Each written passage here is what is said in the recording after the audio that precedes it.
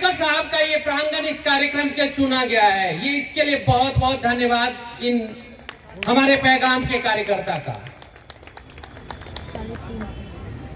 हमारे अंबेडकर साहब को बचपन में कभी भी अंबेडकर साहब के बचपन को कभी भी क्लासरूम में घुसने नहीं दिया गया, जूते चप्पलों में बिठाया गया, उन्हें कभी पानी पीने नहीं दिया गया।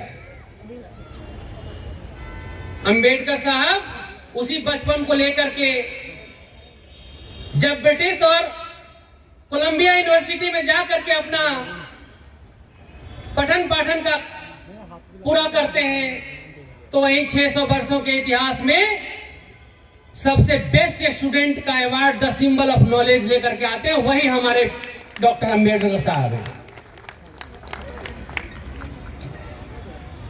वही बचपन जिसे भारत ने जूते चप्पलों में बिठाया गया, बड़े होकर भारत का संविधान रचकर हम सब के लिए पवित्र ग्रंथ के रूप में छोड़ गए।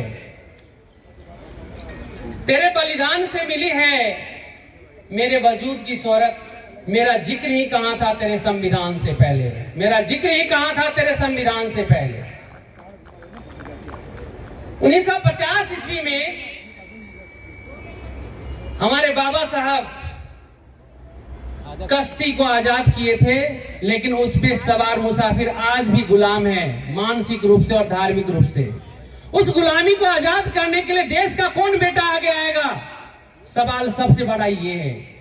तो आज जितनी भी संस्था हमारे साथ जुड़े हैं, मुझे लगता है कि देश का वही बेटा है जो सामाजिक, मानसिक और राजनीतिक गुलामी से आजादी दिला करके इस भारत को फुले और अंबेडकर के सपनों का भारत बनाने में अग्रणी भूमिका निभाएंगे, ये मुझे पूरा विश्वास है।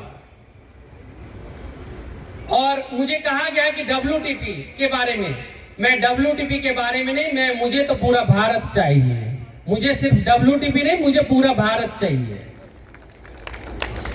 हमारे देश के अंदर 32 लाख संगठन है, जो बाबा साहब का ताकत ये 32 लाख संगठनों में बटा हुआ है। बांटने वाले का उद्देश्य था, बंटने वाले का कोई उद्देश्य नहीं था। जब तक आप 32 लाख संगठन देश का एक नहीं हो जाता, हमारे बाबा साहब का ताकत एक नहीं हो जाता, तब तक हम शोषण होते आ रहे हैं और शोषण होते आते रहेंगे। इसीलिए हमें सभी को एक होकर के हमें पूरे भारत को अंबेडकर के सपनों का भारत बनाना है।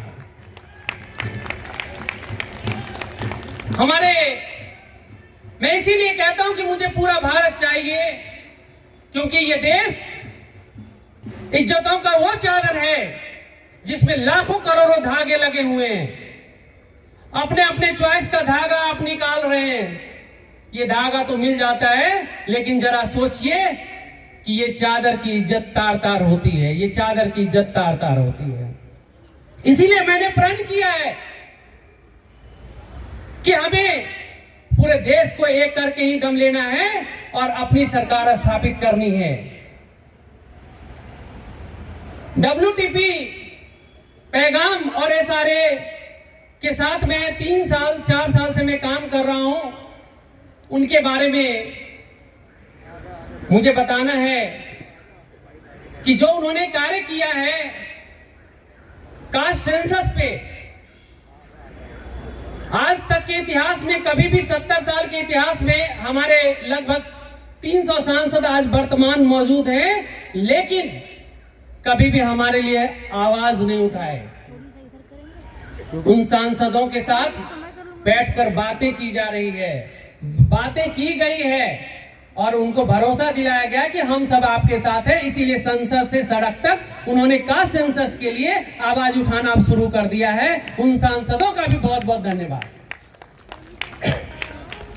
और सिर्फ इतना ही नहीं, जो हम लोगों के साथ अत्याचार हो रहा है, हकमारी हो रही है, उन सब के बारे में भी, जैसे लैटरल एंट्री है, उसके बारे में भी हम लोगों को अवेयर कर रहे हैं और जगह जगह प्रोग्राम और धरना प्रदर्शन कर रहे हैं।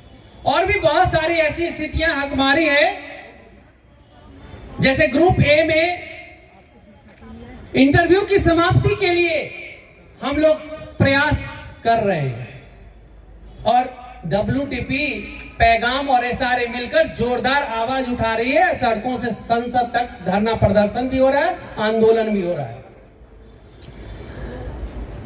70 साल के इतिहास में शिक्षा में कभी भी हमारे OBC के बच्चों को आरक्षण नहीं मिला था। केंद्रीय विद्यालय, सैनिक विद्यालय और नवोदय विद्यालय में हम लोग SRA, WTP और पैगाम के सभी कार्यकर्ता मिल करके माननीय गणेश सिंह जी पर जाकर के प्रेशर बनाए, दबाव बनाए और 2020 के अंदर उन्होंने नवोदय विद्यालय और केंद्रीय विद्यालय के अंदर 27% का आरक्षण मिला हमारे बच्चों को और लगभग 1.5 लाख बच्चों को 2 साल में एडमिशन मिला। ये WTP और पैगाम का उपलब्धि है। और मैं तो साथियों से ये कहना चाहता हूं कि आप अगर साथ हैं तो पूरा देश हमारे साथ होगा। और इसी युवा, जो हमारे युवा साथी बैठे उनके लिए मैं कहना चाहूंगा, जीत की खातिर जुनून चाहिए, हो उबाल ऐसा खून चाहिए, आसमां भी आएगा जमीन पर, बस इरादों में जीत की गूंज चाहिए, बस इरादों में जीत की गूंज चाहिए। बहुत बहुत धन्यवाद, बहुत बहुत धन्यवाद। बहुत बहुत धन्यवाद प्रकाश यादव जी, इतने ओजस्वी भाषण के लिए जोरदार तालियों से स्वागत किया जाए। आप WTP ऑर्गेनाइजेशन से थे। अगले वक्ता को बुलाने से पहले मैं, हमारे बीच में डॉक्टर BD नकवी साहब लखनऊ से पधार चुके हैं, तो मेरा उनसे अनुरोध है कि कृपया सर मंच पे पधारें।